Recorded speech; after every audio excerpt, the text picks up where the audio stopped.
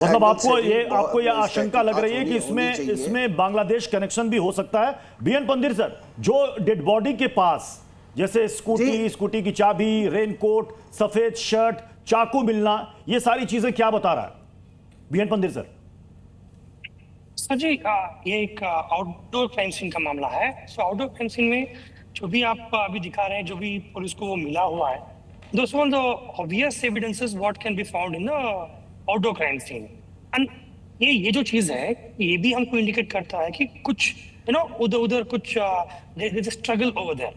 Okay, and हमको ये भी मानना है, अगर दो लोगों को ऐसा हुआ है, कितने लोग ये काम कर सकते हैं? बिकॉज एक दो आदमी इधर आके ऐसा चीज नहीं हो सकता है, ठीक है। And there should be some more than 2-3 people के जो ये काम कर सकते हैं।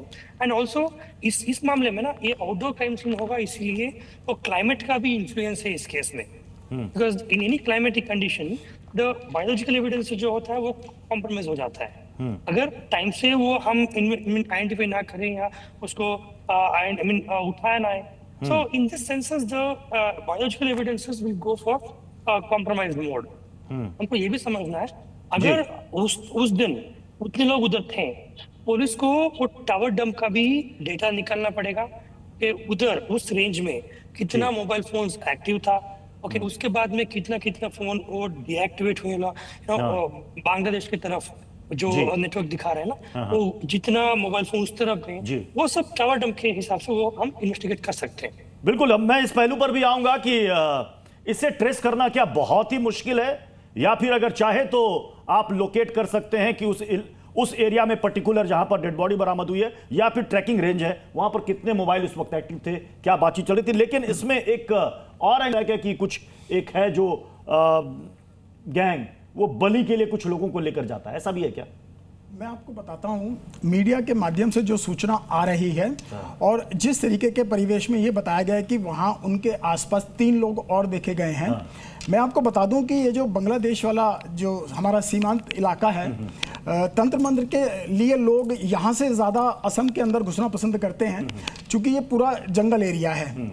अच्छा, इसके अंदर मैं आपको एक चीज़ और मैं ये बता दूं कि ये लोग, जो मेरे सुनने में आया है कि एक ऐसे व्यक्ति को अपने साथ रखते हैं जो थोड़ा बहुत तंत्र जानता है, जैसे हिप्नोटाइज करके किसी को अपने संग ले जाया जाए। और ये सत्यता के साथ ये भविष्य में जरूर ये चीज़ सामने आएगी, क्योंकि मैं इन चीज़ों को बहुत बारीकी से देखते हुए कोई भी बात मैं कह सकता हूं, क्योंकि 3 लोगों का, संदिग्ध लोगों का उनके साथ होना, जिसमें एक चीज़ ये दर्शाता है कि कोई ना कोई एक व्यक्ति ऐसा भी है जो इस तरीके की क्रियाओं के अंदर वो अपने संग लेकर चलते हैं ऐसे व्यक्ति को। और आप जब गहनता से इस केस की इन्वेस्टिगेशन करेंगे तो ये एंगल 100% सामने आएगा।